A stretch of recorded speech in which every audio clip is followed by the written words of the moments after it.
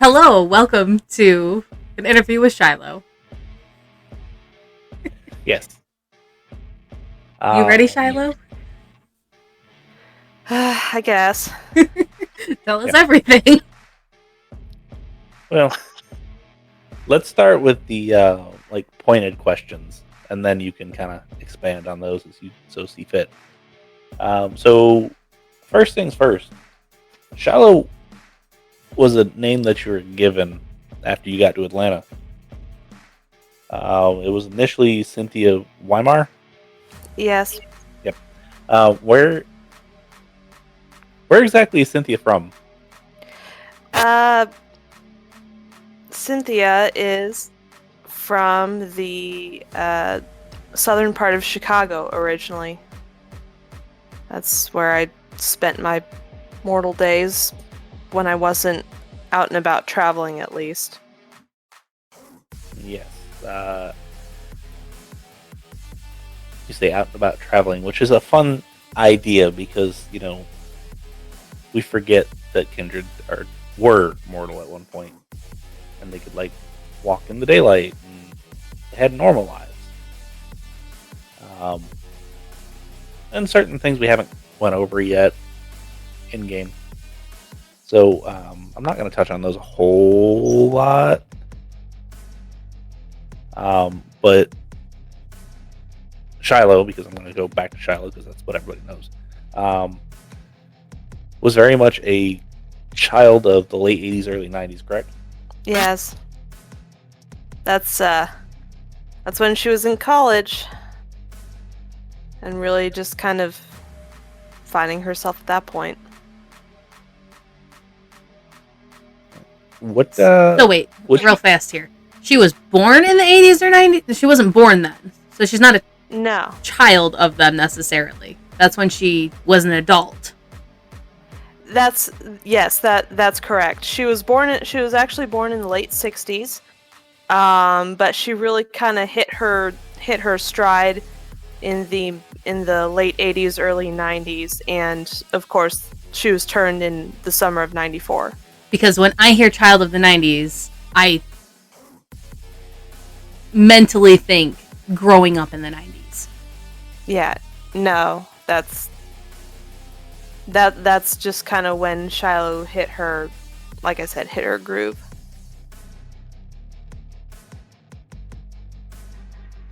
Yeah, sorry, I technically misspoke. Well, no, Buttons/Shiloh has been saying that since episode 1.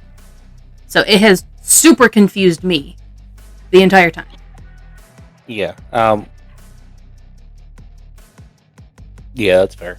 Got the majority of the influences for the personality and the style and that type of stuff from the late 80s, early 90s. Not necessarily that's when they grew up, because otherwise Shiloh would be my age. Right. That's why I was very confused. And also, to be fair, Shiloh very much doesn't really. Shiloh kind of sees her life in 3 different blocks, and she does very much feel like she was reborn in the summer of 94 when she became a Kindred.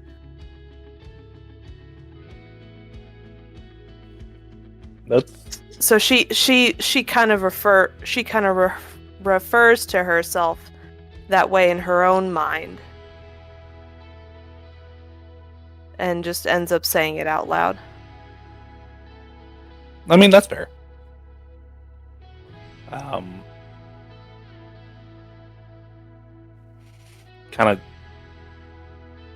kind of get where she's at least getting the thought process there. Mm-hmm.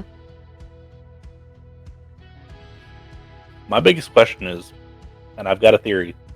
Well, actually, no. But for everybody else, what do you think Shiloh majored in college? Humanities. Philosophy. Psychology.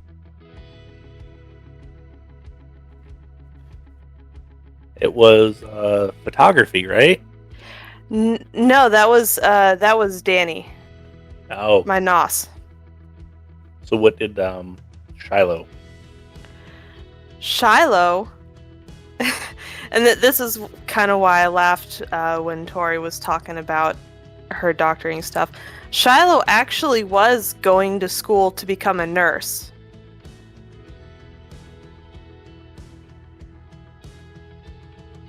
Nice. I did not expect that. Yeah, no, she and to be fair, Buttons, the player, got this inspiration from someone in my own life that had almost taken a similar route, but she wanted to be part of like an outreach group. She didn't want to like a private practice or to work in a corporate hospital or something like that. She wanted to be part of like Doctors Without Borders or something like that. I guess that's a good segue to actually one of my questions. What was the inspiration behind Shiloh? If you're comfortable saying, of course. Yeah, no. I was really just kind of, as the player, I was really just kind of flying by the seat of my pants. My original idea was to bring in a Nosferatu that I had played for a little while prior to our game, in a game that had petered out. But then when the Salubri stuff dropped with the supplemental book, I got really excited because not only is the Salubri like this big unknown clan, everyone's got theories about what they do. Everyone's got this idea that's usually been tainted by Tremere bullshit. Sorry. And it was just really interesting for me because all their mechanics focus on healing other kindred, pulling them back from the precipice of them dealing with the beast.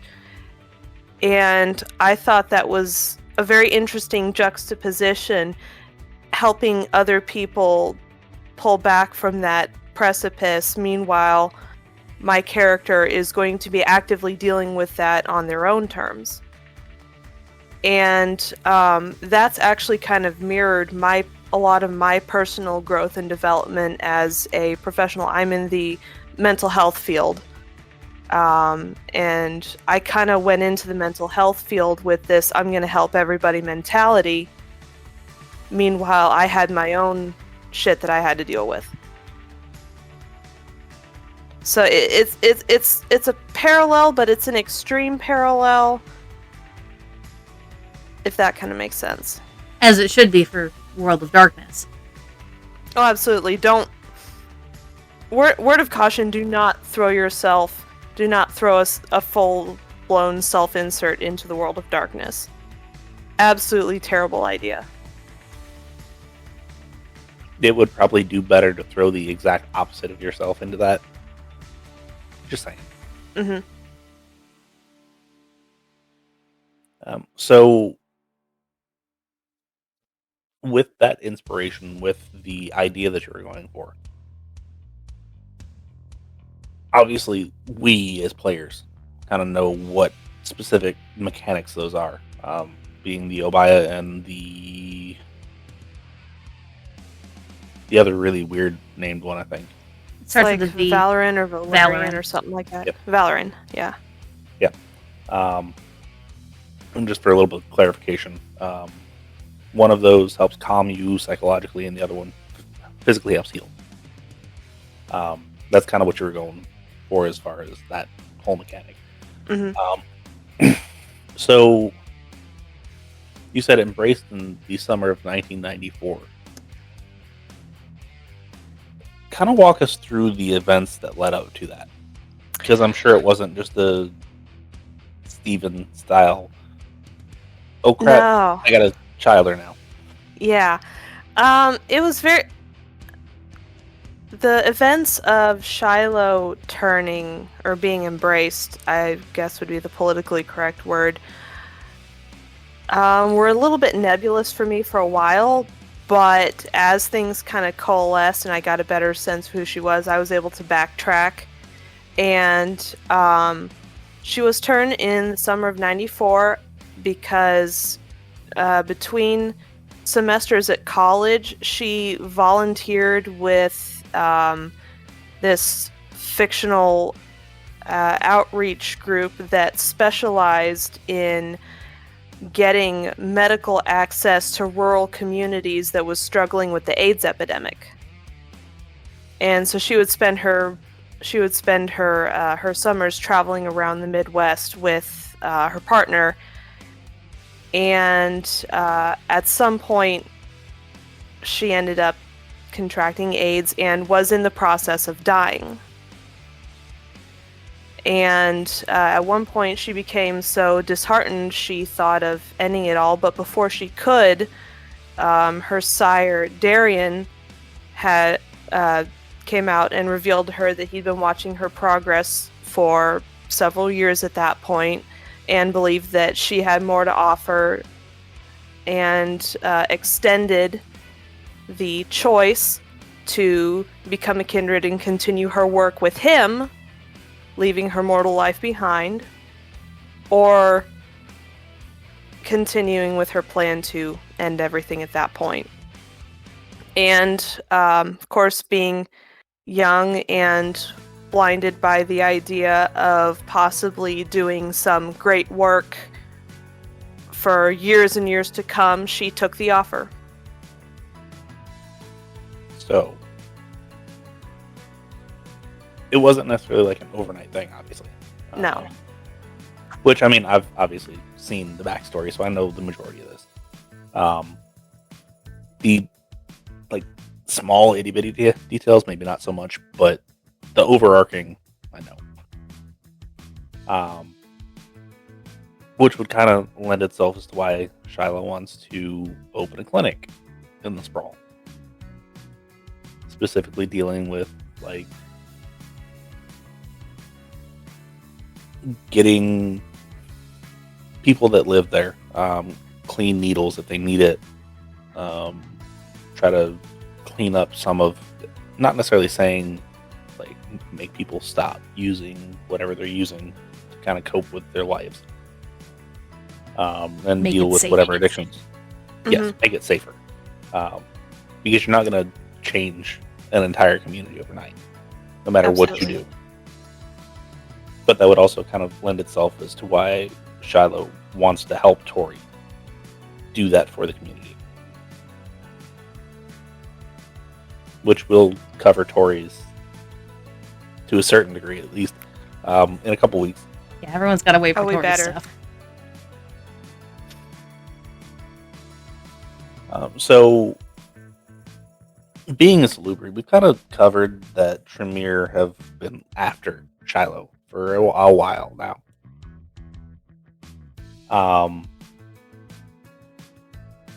For those of you that don't necessarily know,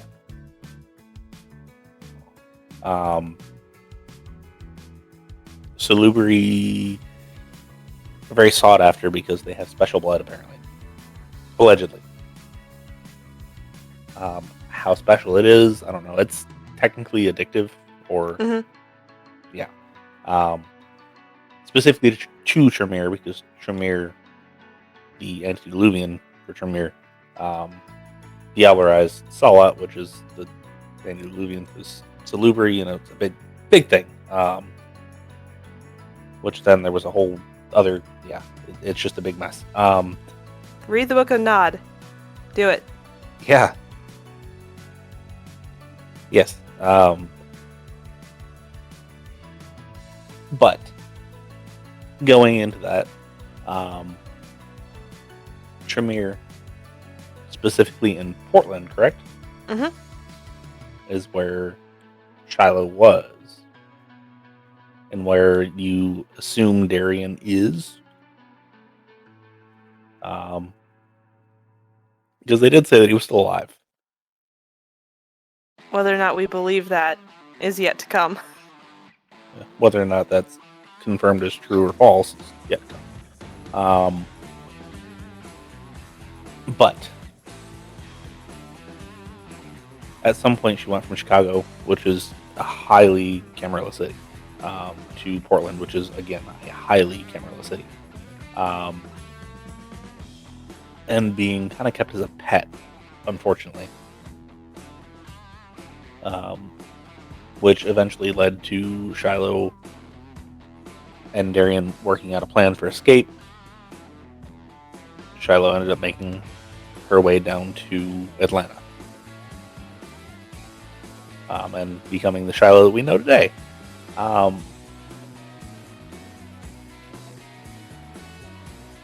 What kind of... Because obviously the reason behind the motivation to leave Portland is fairly obvious. I mean, nobody wants to be kept as a pet, as a captive, as whatever. What kind of things outside of not wanting to go back keeps Shiloh moving from night to night? She's definitely a typical Salubrian that she's very empathetic to people still. She wants to try and mount a rescue for her sire if she can. But currently her first loyalty is to bettering the community that has essentially taken her in to some degree. This is the first time she's been sedentary since she was turned. And this is the first time she's really been able to foster any ties to a community beyond her sire. And she really wants to see those come to fruition.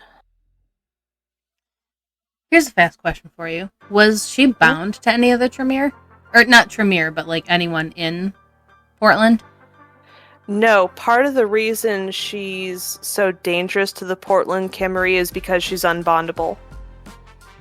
Oh, she is too. Interesting. Mm-hmm. I did not know that. Yes. Beth and Carissa are the only ones currently alive that know that. Besides the Portland Cam. Right. Which would be why she was such a big deal when she left, because, well, we can't control her. I had wondered about that. Yeah, because typically if you bond someone, they kind of do what you say. Right. Now, that being said, Tremere technically can't blood bond anybody. That's why I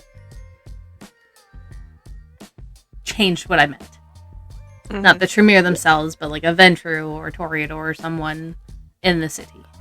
No, she wasn't bonded to the Portland Prince or anything like that. That being said, Darian might be. Just throwing that out there. Oh yeah, no, I fully expect you to make use of him. Yeah. Why do you have to hurt us? Because we asked him to. At least two of you specifically hand me your character and like hurt them. And you, Cocia, is like, just do whatever. Yeah, pretty much. Have fun. I don't care. Surprise me. So, that being said, unbondable unicorn that mounted an escape. Because, I mean, there's a whole lot of other names for the Salubri, but unicorn's definitely my favorite, personally. Just for the simple fact of, like, it's kind of cute. It's definitely one of the least... I almost want to say degrading. Yeah, because there's also, like, the Soul Eaters, which... Read up on lore for that one. Isn't Cyclops one, too? Yeah. Yep. Cyclops, which is probably the meanest one out of the entire bunch.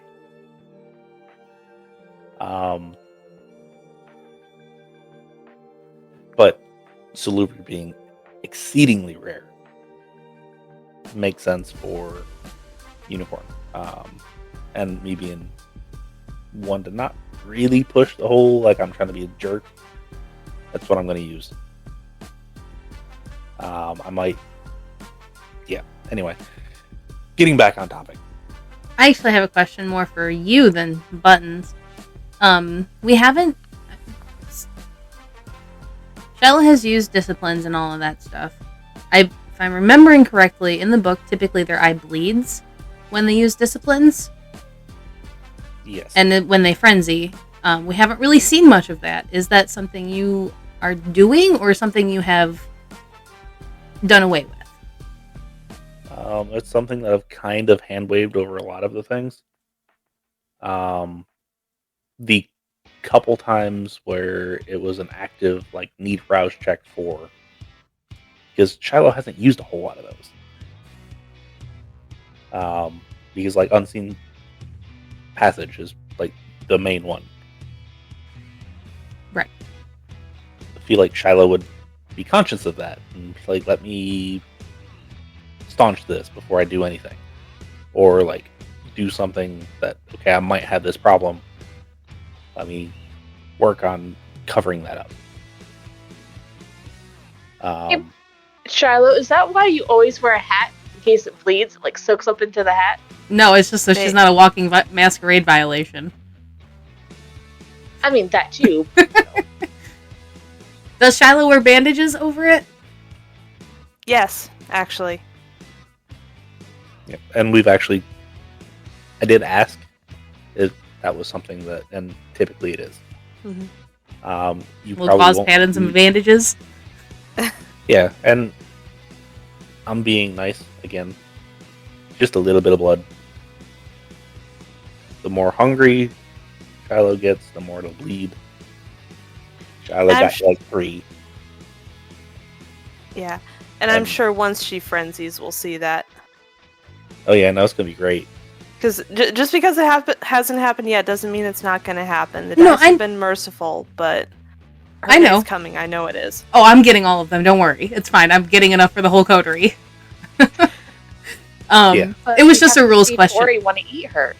It was just a rules question because we hadn't really touched on it, so I wasn't sure what the plan was with it. Yeah, no, it's happening. It's just very minimal. That makes sense. Yeah. Especially given what she's done so far. When you use Valerian and LaBA, that might happen a little bit more. Might be something that you have to actively like soak up rather than you have gauze. I imagine more so Valerian because that's like the actual physical healing one. Yes. That also stains my humanity. Yeah, that's fine, I'm sure. I can get it back, but it takes a little work. Don't heal other kindred. Let them die. Which that mechanic does not make sense to me, by the way. Yeah, we've kind of... Me and Faye have kind of went through and discussed a couple mechanics that didn't make a whole lot of sense, so we are working with them. I might do something with that as well. Because something that heals shouldn't necessarily stain your humanity. I mean, I get the intent behind it being like the whole self-sacrifice thing, because that's kind of what the Salubri kit is all about. Yeah, but the reason yeah. behind it's weird. So, yeah, we'll figure something out for it. I think most likely taking damage to your health would make more sense with the healing thing. I would agree with that. So, put it in Dungeons and Dragons perspective. Life transference. For those of you that stumbled upon here, because we have a couple of those, and yeah. Just think of it kind of like that. It would make more sense than I stay in humanity because I healed somebody.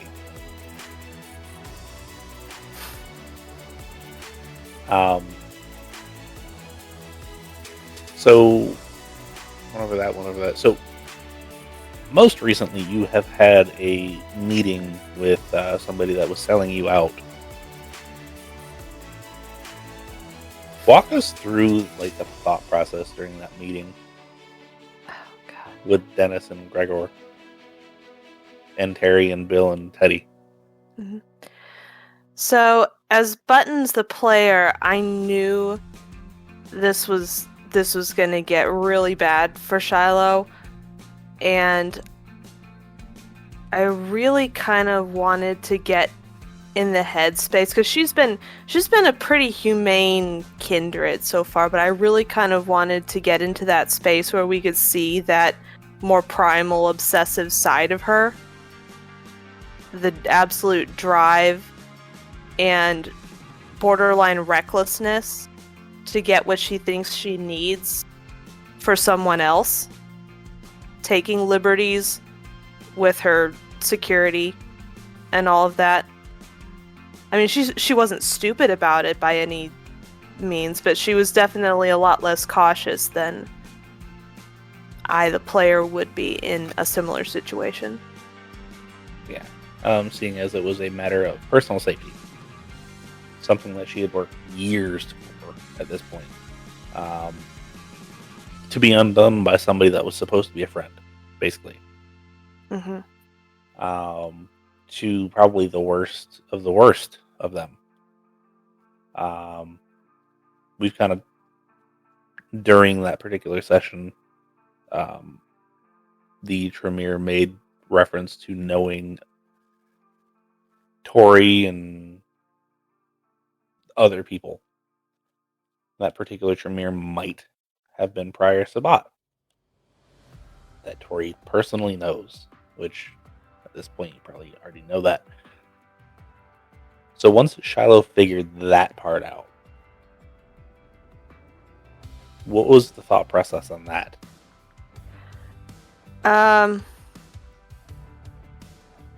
Once she had kind of figured that out, and to be fair, it probably took her a little bit longer than it took me, because she was in such an obsessive state of mind at that point. At that point, it was basically just one more reason not to trust him warring with, one more reason to get him off my back.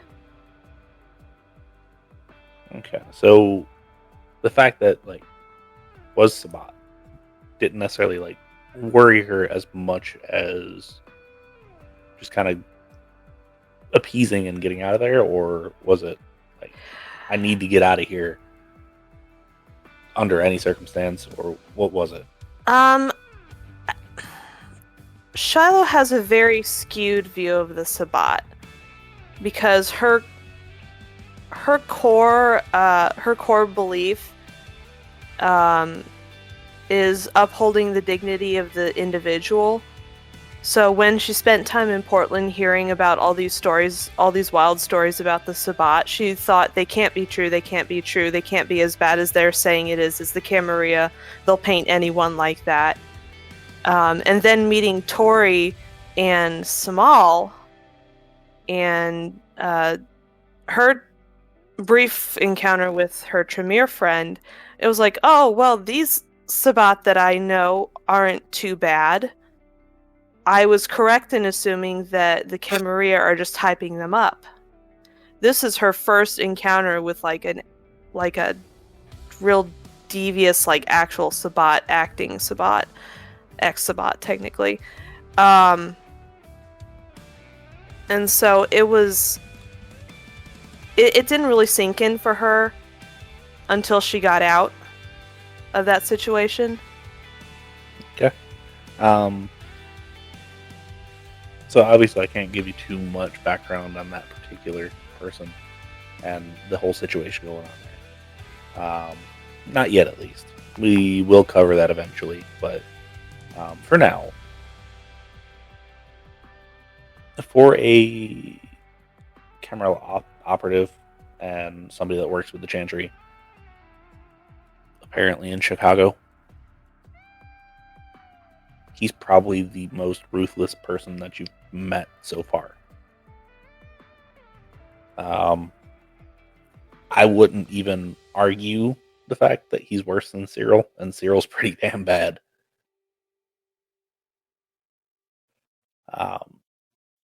So my next question is, did Shiloh, like, fully recognize after the fact, obviously, exactly what kind of danger she was in? I think it's going to take a minute, but considering she's essentially spending 3 days in seclusion, it will definitely hit at some point while she's processing the evening's events. Yes. And speaking of the seclusion, she has a package for Tori. During that time, would she Nope. do anything with it? Or Or would she respect Tori's, it's not necessarily boundary, but like privacy enough? yes and no. Once she kind of realizes that she was just handed this package by such a dangerous character, she would at least glance over the note to make sure that this isn't something that's going to blow up in the coteries' face.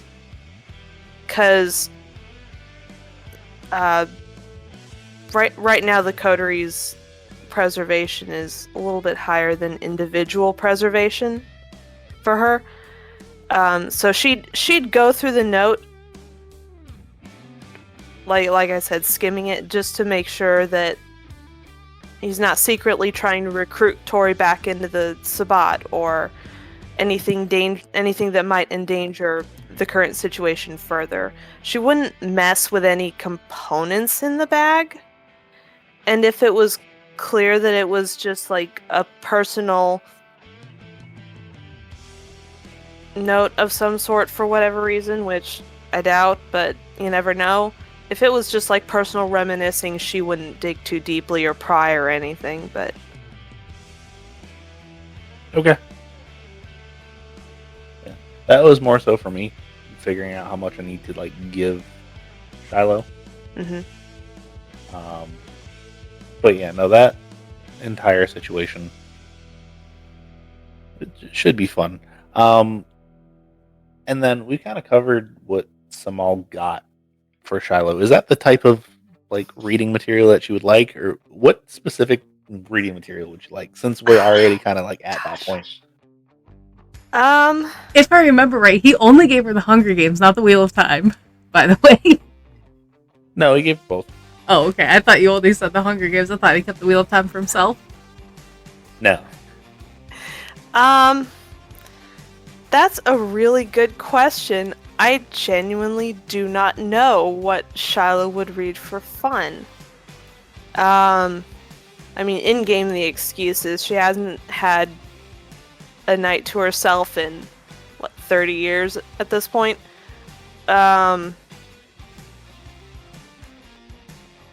What? We have had plenty of downtime. Yeah, but everybody's been busy. To be fair. And she has a topside job on top of running errands for everyone in know, Atlanta. I'm just being. Yeah. I definitely think it would be at least part of her repertoire. Okay. I can definitely see her liking books like The Wheel of Time and The Hobbit, Lord of the Rings, Chronicles of Narnia that have very emotionally engaging storylines. Okay.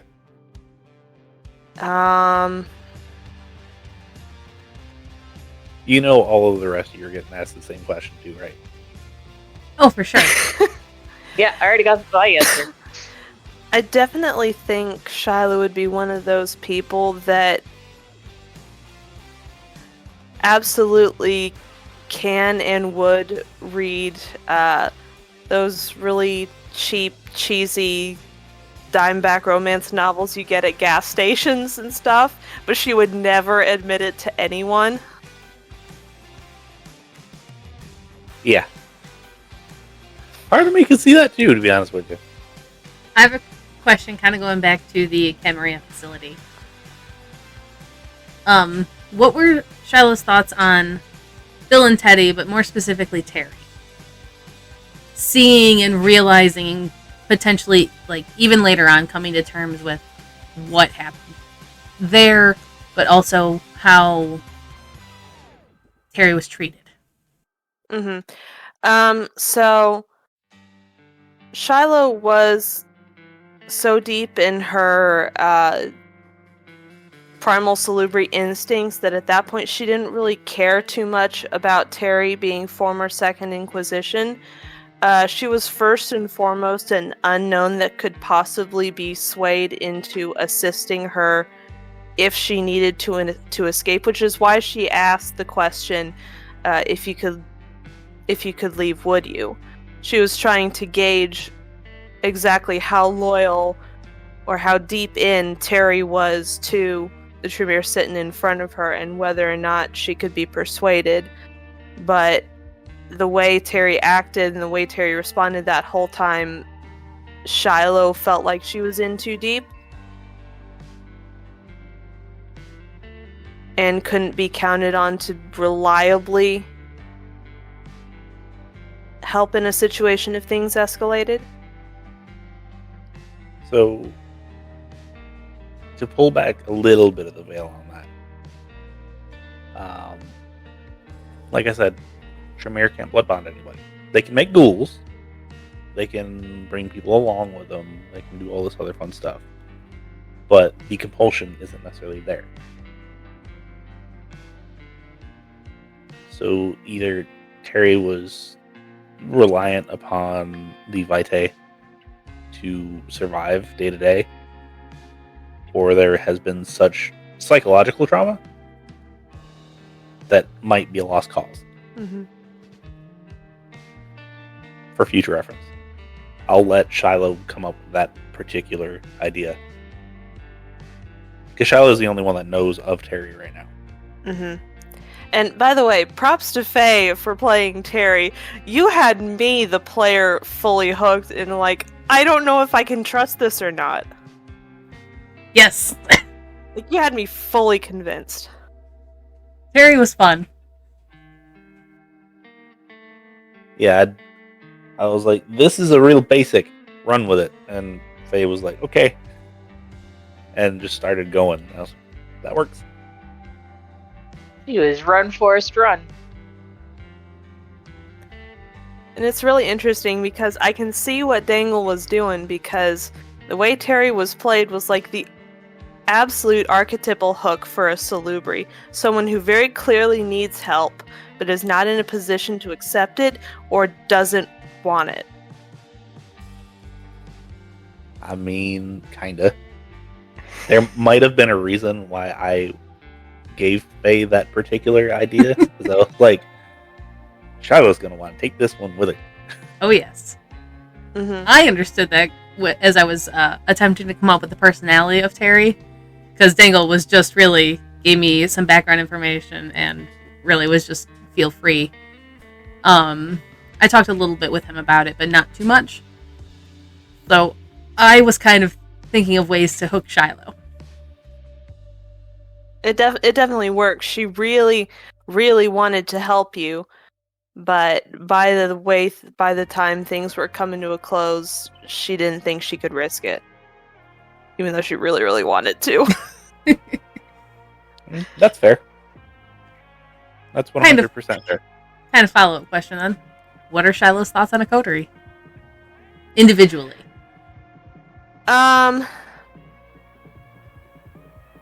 She's not sure what to make of Steven yet.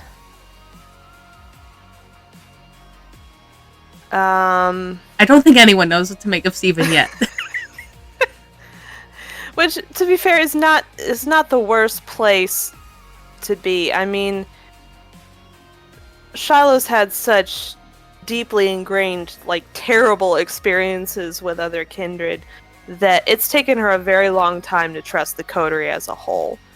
And so there's going to be some base level of, I don't know exactly how far I can go with this person, but he's never presented an active threat to her in the year and a half, 2 years that we've been running together.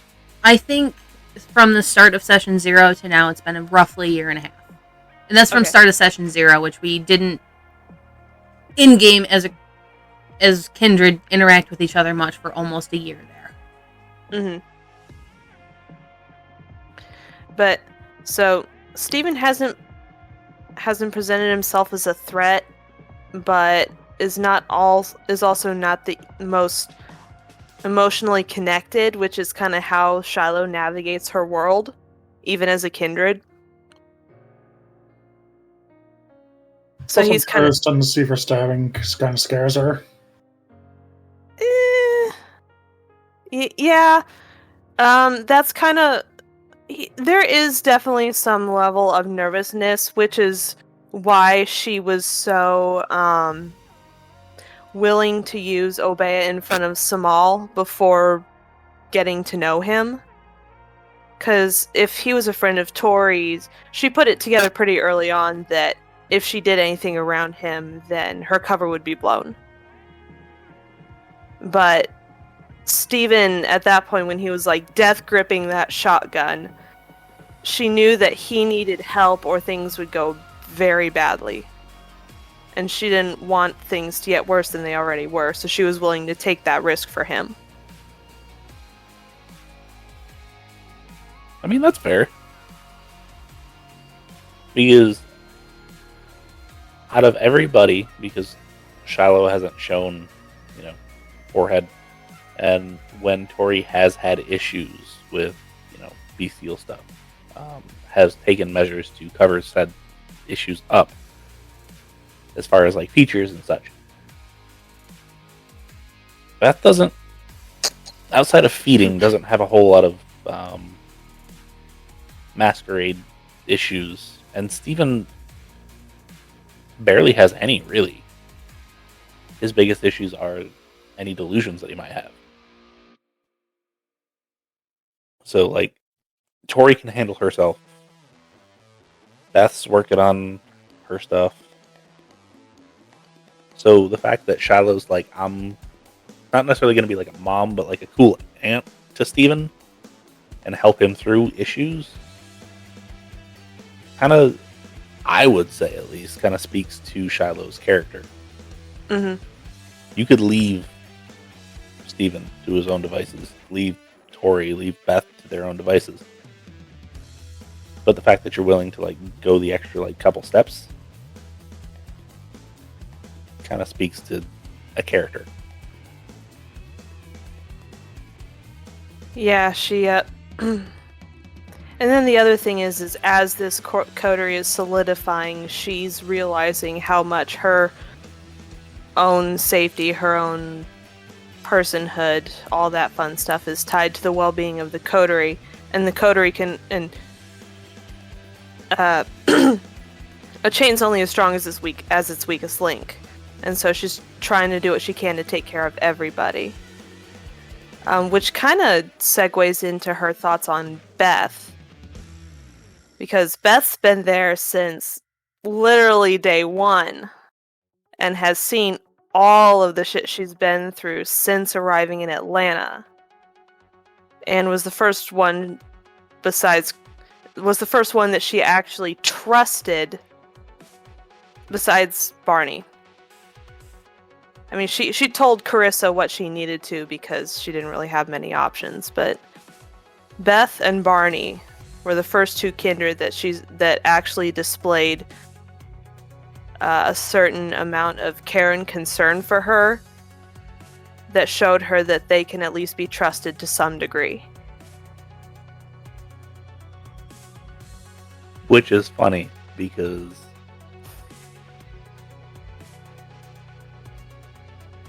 Barney is, Barney's Barney. Don't worry, I have another follow-up questions with all the Barons the same way. But let's do the coterie first. But, I mean, to be fair with that, her bar is buried 30 feet below the ground with that. Must be why Barney found it. I mean, you're not wrong. But and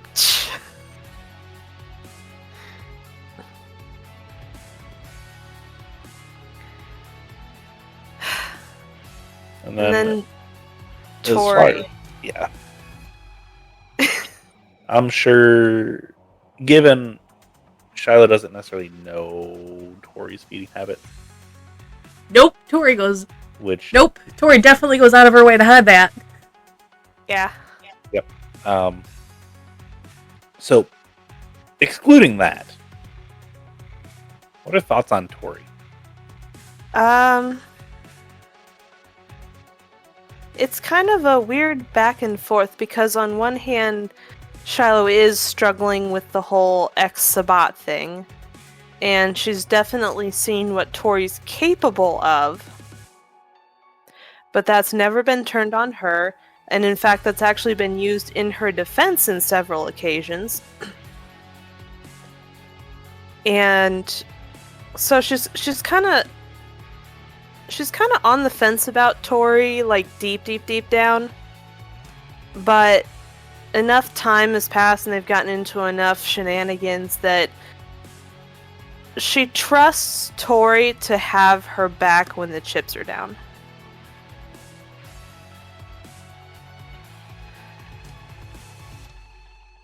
That's probably a good stance to have on her. Especially given, plan and shit.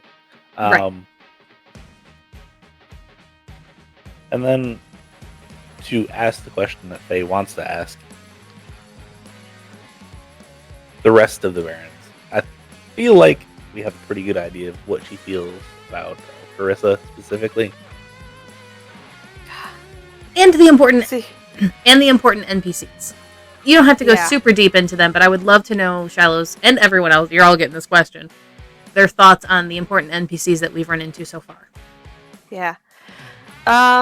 So I'll start, I guess, in relatively chronological order. Carissa. And to extent, just about everyone that we've met so far. Part of being a very highly empathetic person is that Shiloh desperately wants to like people, which is part of why it's so sad that she's so defensive. Is that she wants to see the good in people. She wants to believe that people are there to help. And so at first she was like, okay, maybe this one means it. Maybe this Baron Carissa means it. And then it became very quickly that Carissa has some weird hero complex about it. And Shiloh clocked her pretty immediately that she's not doing this for me, she's doing this for herself, she has some ulterior motive, but it's assisting me, so I'll play it safe and go along with it as far as I can. Which is why she agreed to put herself in debt for that short stretch of time to get an apartment that was outside the sprawl and a little bit safer, and continue to run jobs for Carissa. And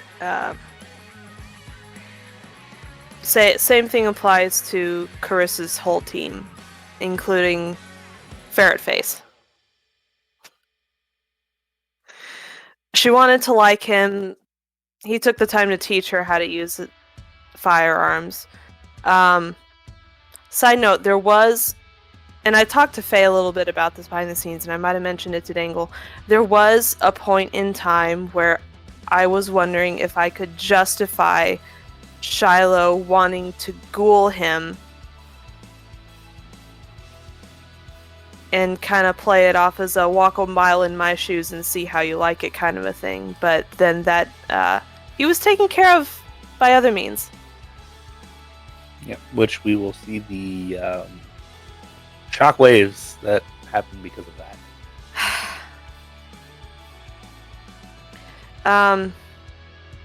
So yeah. And then, let's see, Barney I talked about. He kind of stuck his neck out for her, took a lot of damage when he didn't have to. She doesn't blame him for ducking out of the fight and saving himself, because he got really badly hurt during that car chase. Yeah, he did. So she doesn't hold it against him, and she genuinely appreciates Barney. She may not like deeply trust him, but she appreciates him. She kind of empathizes with the whole outcast thing, and she appreciates what he does. And let's kind of just take a step to probably to the right. Let's go with red next, because everybody likes red. I was gonna ask that actually. Let's see. What does she think of Red? Shiloh hasn't had too many interactions with Red, I don't think. It's mostly been Barney and Fran. Red, she kind of sees as the asshole cousin that just kind of shows up whenever he feels like it. You're not wrong. She definitely doesn't trust him, but she doesn't see him as a threat. Like an immediate threat. Okay. So it keeps him at arm's reach, but keeps him within sight. Mm-hmm. Okay. How about... Because Franny really hasn't come up a whole lot, technically speaking, as far as like actual interaction. So let's move over to Victor. Because I feel like worst severity to best severity, but Barney was a good, like, chronological at that point. Yeah. Victor is kind of in the same shape as Carissa, but a little bit less so. She started out really wanting to like him because he took an interest in her safety when she was working the clothing event, and showed genuine concern when Cyril showed up. I want to real quickly interject here. Do all of the Barons know what Shiloh is?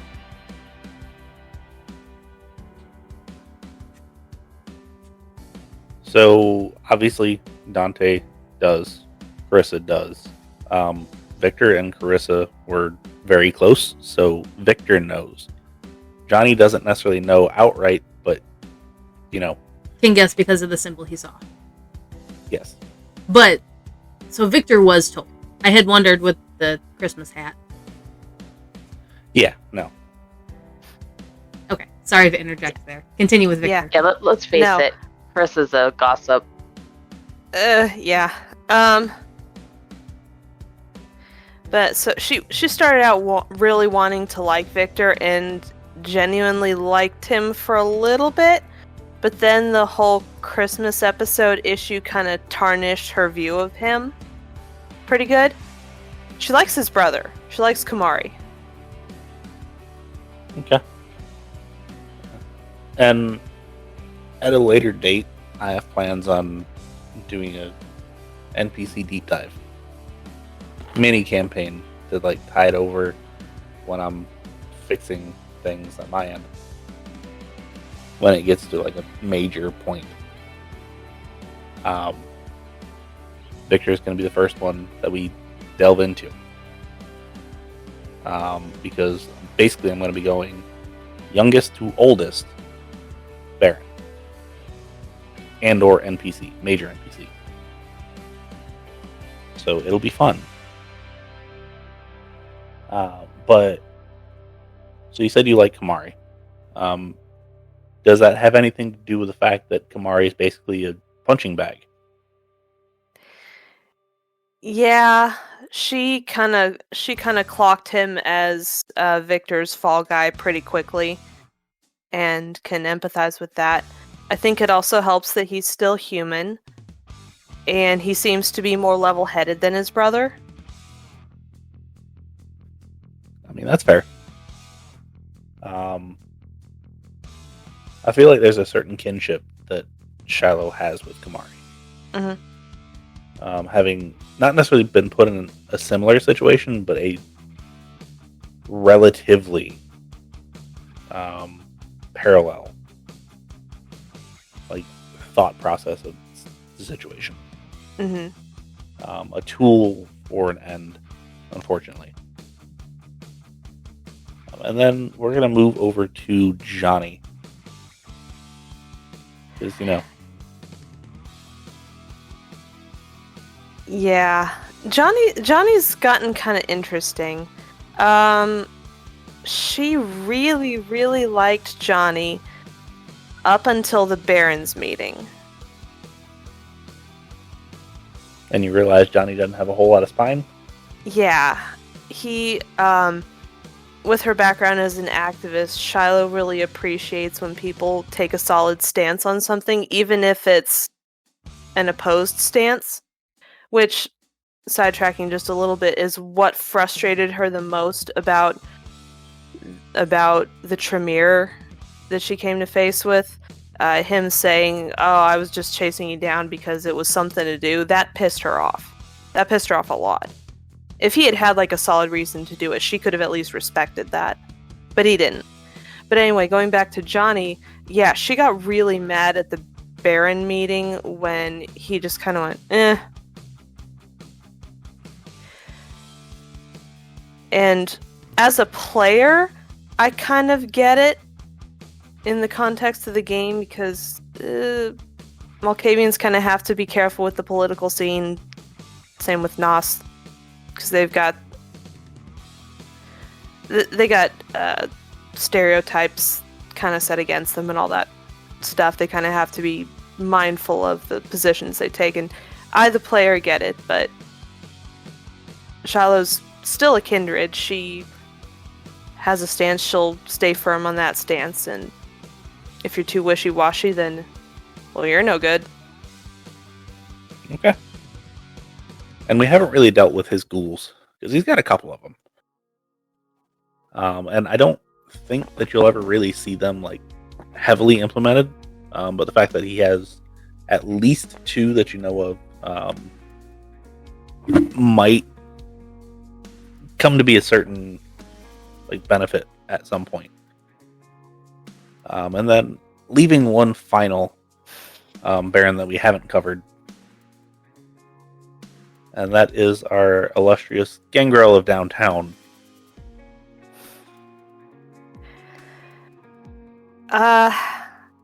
Dante's kind of complicated for her because on one hand, she appreciates how direct he is and how refreshing that is in the context of all the other Barons that like to play the political game. And she also appreciates the trust and respect he's shown the coterie as a whole, as well as supporting Tori as a Baron. However, she's frustrated at how many problems he seems to be bringing to Atlanta. Because Shiloh's definitely not perfect. She definitely has blind spots, and she's causing just as many problems. I, the player, know that, but she has a very bad habit of focusing on other people before she focuses on herself. And so when she says, "Oh, this person is repeatedly dragging problems and this is going to be an ongoing issue, we should probably do something about that." And not do something about that, trim the rose bush, do something about that, but hey, Dante, you're bringing a lot of problems here. What's up with that? Can we, chill out with this? Yeah, and above table, after this little stint, and figuring out exactly what the Giovanni want and what they'll do regarding Dante. Because, ultimately, that's why they're here.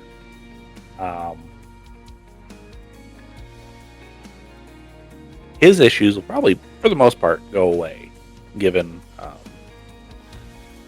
whatever actions Beth decides to take. Yeah. It will ultimately. No pressure. It will ultimately come down to what Beth does. Exactly what that is, we'll find out. But yeah, no, I get where Shiloh would be coming from. If he causes a lot of problems, he's not necessarily a problem himself. He's very convicted. He's very driven. He wants to do X, Y, and Z. And he's got a stance. I mean, he has, if nothing else, he has a stance on something. But yeah, I get the hesitation there. And then we joke about this particular one being La Sombre Cat. Seemed like it was perfect timing when she showed up. Our resident La Sombra, Mr. Samal Mustak. What does Tori personally feel about him? Tori? Tori. No, not Tori. Shiloh, sorry. Just looking at Faye, thinking, yeah. Shiloh really, really, really wants to like him in typical Shiloh fashion. However, she's still parsing out how much of his assistance is genuine and how much of it is because Tori asked me to. Which she appreciates, but help offered because you're bidden to do so is different from help offered because someone needs help. And so she's still trying to figure him out. She wants to like him, but she's still figuring him out. I mean, that's fair. And given he was the pack leader, probably doesn't help the whole disposition as well. Mm-hmm. And then, let's see here, other major NPCs. I'm sure there's no other ones, right? I mean, Cyril. And Spanx. And Amp. She only met Amp once, though. Well, no, twice, because she was there during the Barons meeting. Yeah, which we can gloss over Amp. Amp's still very mysterious to most of you. Spanx is a little bit more... You get a little bit more sense of him. But Did still, we? he's not a whole lot more. So, don't worry about those two. However, that last one. Cyril, what does Shiloh think of Cyril? Well, she clocked him as a threat from the jump.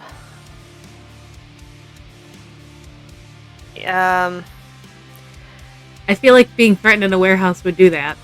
Yeah. It's weird because on one hand, he's such an obvious threat.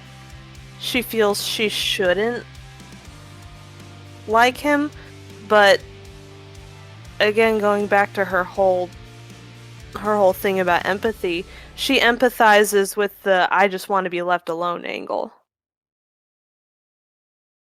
Not enough so that she would ever really be persuaded to take his side against her own coterie or the Anarchs or anything, but if, say, the Camarilla invaded and he wanted to pitch in against that, she'd hear him out. And so going with the whole such an obvious threat, being such an obvious threat and not actively attacking anybody, how does that strike her?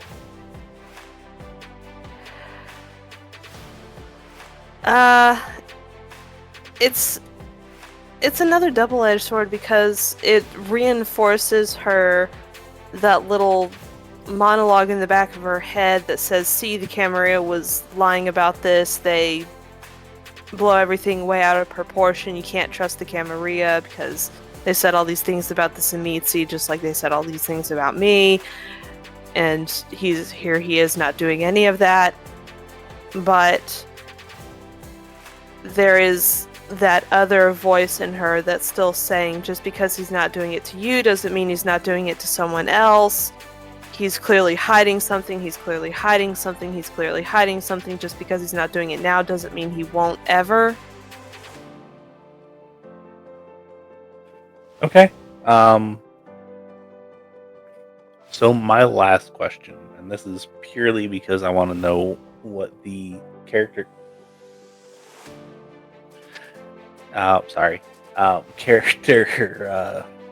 conspiracy theories are. Cyril told you all that he's not working who you think he would be working for. What does Shiloh think that Cyril is working for? Do you think he's Sabat, Camarilla, Independent, some other weird like offshoot of Anarch somewhere? Do you think he's working with a Guru? Of course, that would be weird, wouldn't it? Shiloh as a character. God.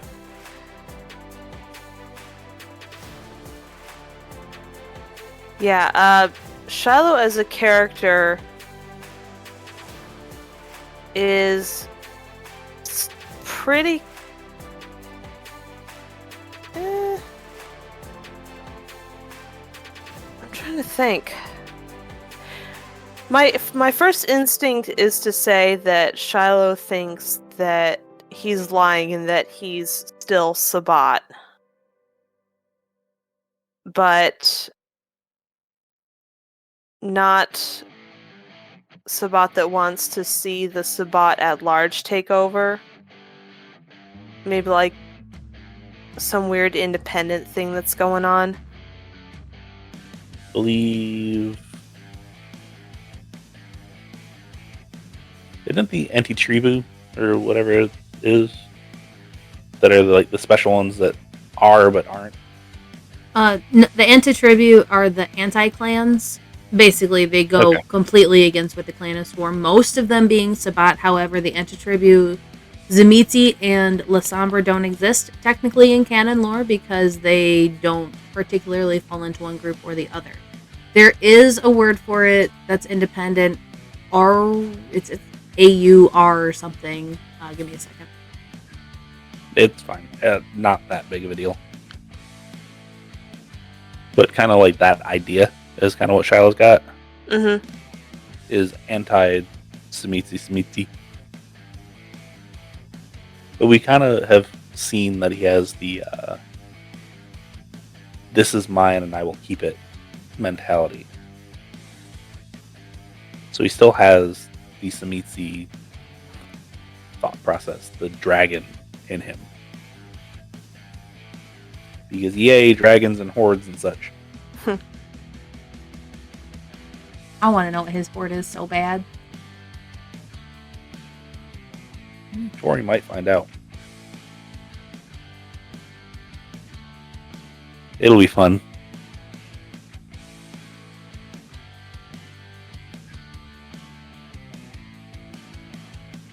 But yeah.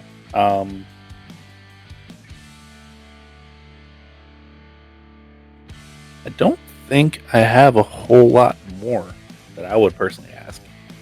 I've asked a bunch of questions. My gosh, come on, Discord. I've asked a bunch of questions.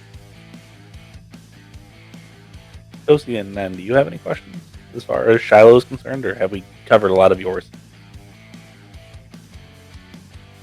What color is your third eye? What? What color is your third eye? Brown, just like the other two.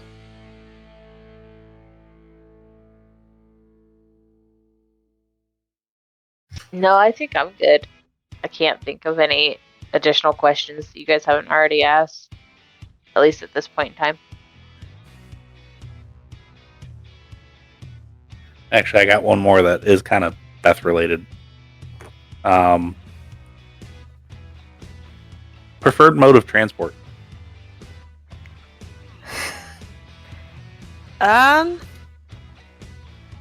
Chauffeured, to drive, to ride a motorcycle, to ride a bike, walk. Shiloh's a pickup girl. She likes trucks. Okay. I mean, that's fair. Specifically, she was one of those people that would pile in the bed of her best friend's pickup truck and tell him to just go and just sit in the bed of the open truck as they're driving down the freeway at Mock Jesus. Yeah, that's illegal now. I remember doing that as a kid, though. One other fun thing? What? It's not illegal in Alabama.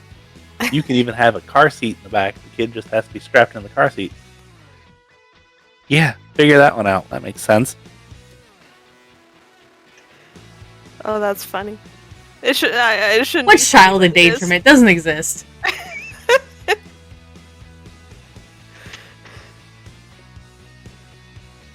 I had a boss tell me once before there was car seats, she put her babies in a 5-gallon bucket as a car seat so that they were safer. And I'm like, I don't know how safe that is, but okay.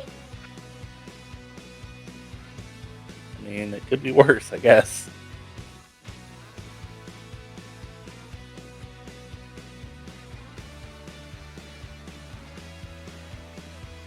Yeah, I can't think of anything else necessarily.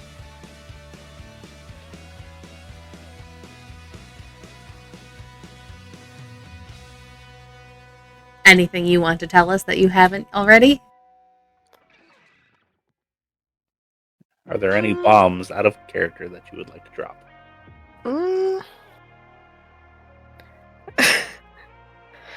Let me check my backstory and see.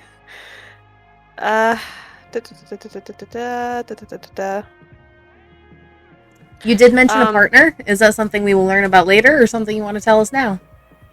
That relationship kind of died when Cynthia was embraced. But Shiloh is a lesbian, so that is a thing. It was just kind of a low-key, no plot relevant bombs with that relationship, oddly enough. It just kind of is. There is, however, a touchstone there. Yes. Of course, that touchstone would be in her late 50s, early 60s by now. And Shiloh hasn't seen her since she died? Well, Cynthia was embraced. So.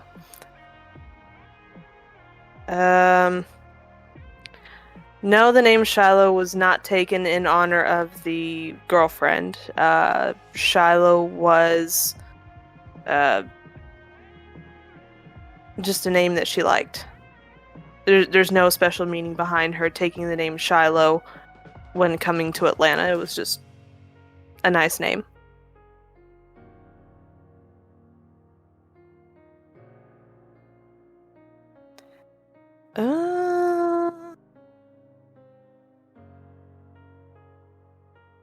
I think that covers it so far. Okay, last question, because I'm curious. Dog person, cat person?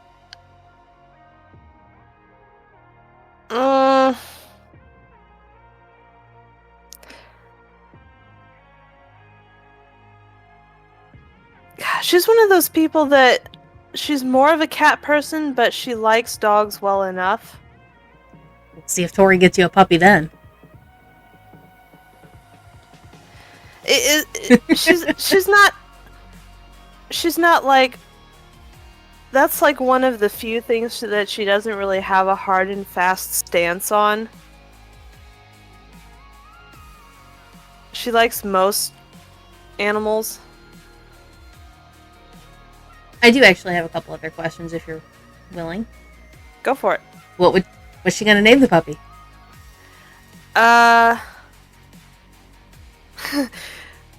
Whatever the randomizer says. No, in all seriousness, it would probably. It really depends on the temperament of the dog. If it was a very sweet kind of chill dog. Yeah, assume Tori is going to match your temperament and get you a very even-keeled dog. That's very Okay. Out of the puppies at least, the one that is more calming. So there's two to pick from. I don't know what their temperaments are going to be, Dangle. But yeah, more of one that could be trained as the emotional support animal is what you would get Shiloh. Yeah. Honestly. And potentially even begin to train towards that.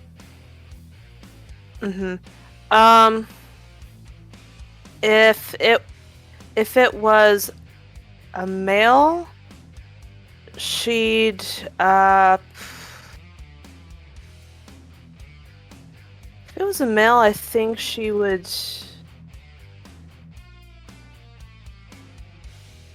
I don't know is a valid answer.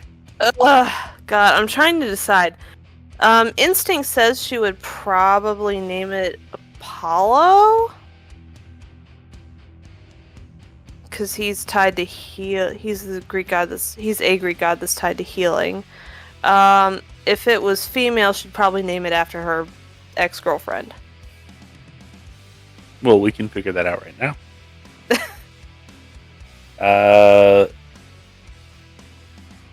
So, one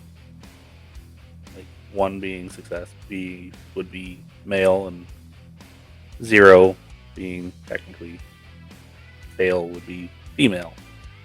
Easiest way to do this, because, binaries and mimicking, anatomy. We've got a 1, so Apollo it is. So since we sleep during the day, how are you going to deal with it needing to go outside and all that stuff? Like, I know Tori says that they'll train it, but how much training actually happen? Like, do they need a dog walker? Well, it's a puppy at the very least. And this is definitely something that Shiloh will take up with Tori. I don't know how much you heard, Faye, but the question was how would. Okay, so that's definitely something that Shiloh would talk to Tori about. If the dogs were trained or in the process of being trained to handle a nocturnal routine, then Shiloh wouldn't worry about it too much. Absolutely, they are. It might be a little bit different when they're a puppy as opposed to when they're an adult. Shiloh would definitely look into talking to either Tori or probably Tori about hiring one of the Daywalker Thin Bloods just to come over and check on the dog while she's asleep.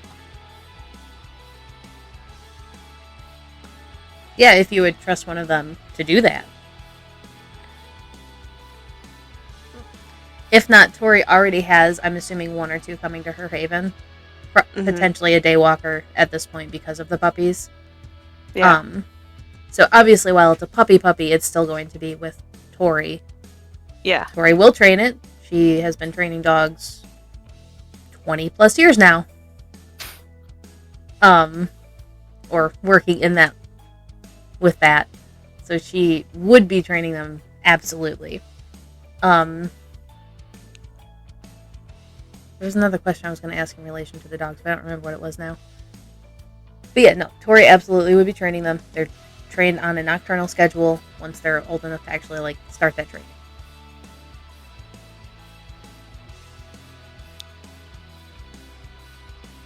Which should be about 6 weeks old, give or take.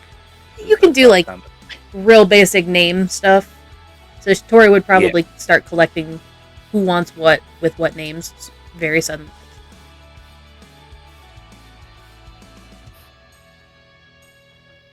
Yeah. And this is why cats are the best, because they're nocturnal. You're wrong. Cats are more active during the dawn and dusk. No, there was something else I was going to ask about the dogs. Now I'm completely blanking, and now I'm sad for that. It's fine. You're welcome. I'm glad I broke your train of thought. Hi. No, it was laundry. That's fair. Dang responsibilities. But yeah. I'm good if anybody else has anything else. Speak now or forever hold your peace. Yeah, I think I'm actually good this time. Until I remember something and ask Buttons herself. You just shoot me. Was that at the very least until the next interview with Shiloh?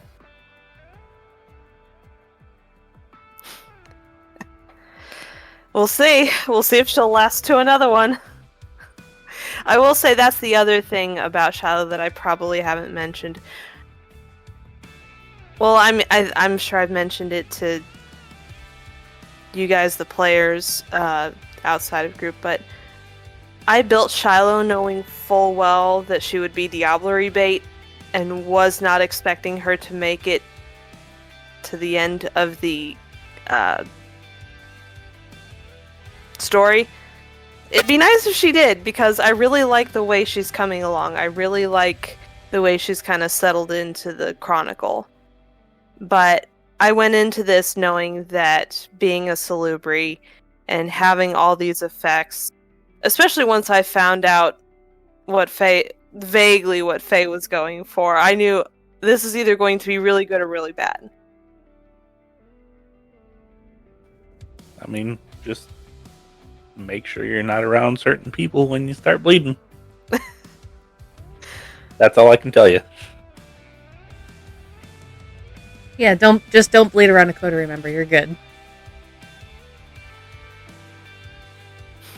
We'll see how long that can last.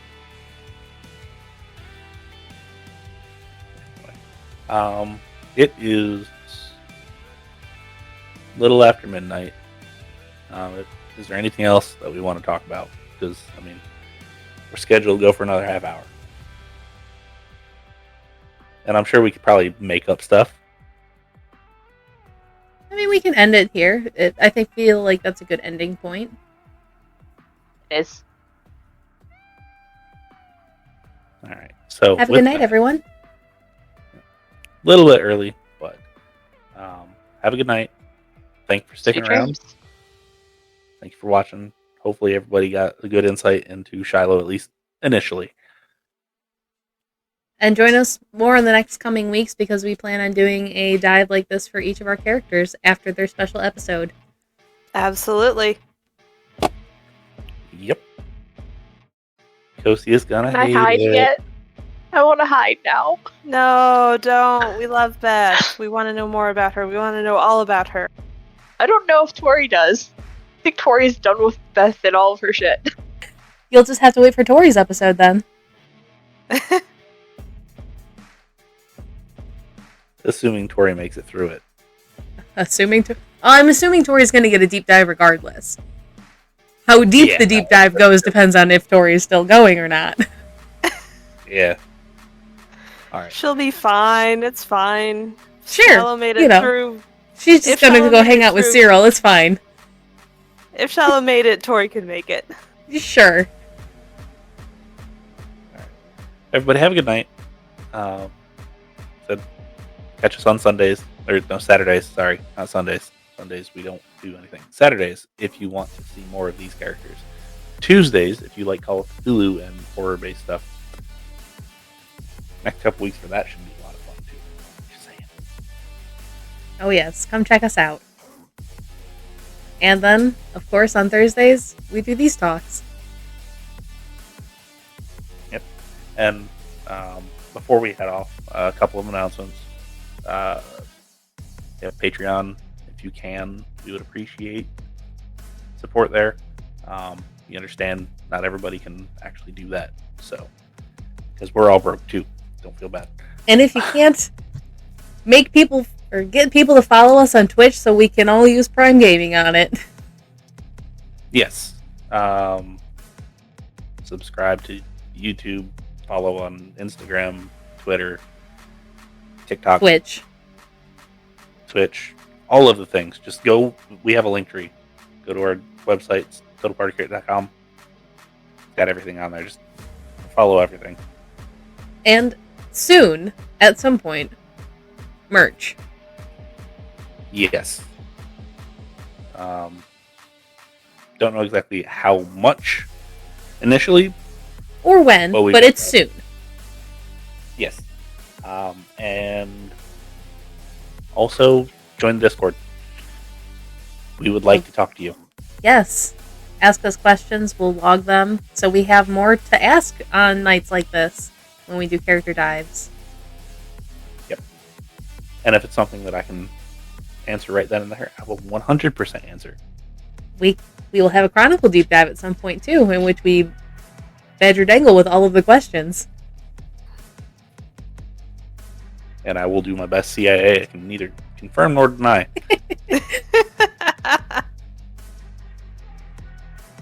Just plead the fifth the whole time. Yeah, totally. Sure. Pull a Steven. But anyway, have a good night. Have a Stay good safe. night.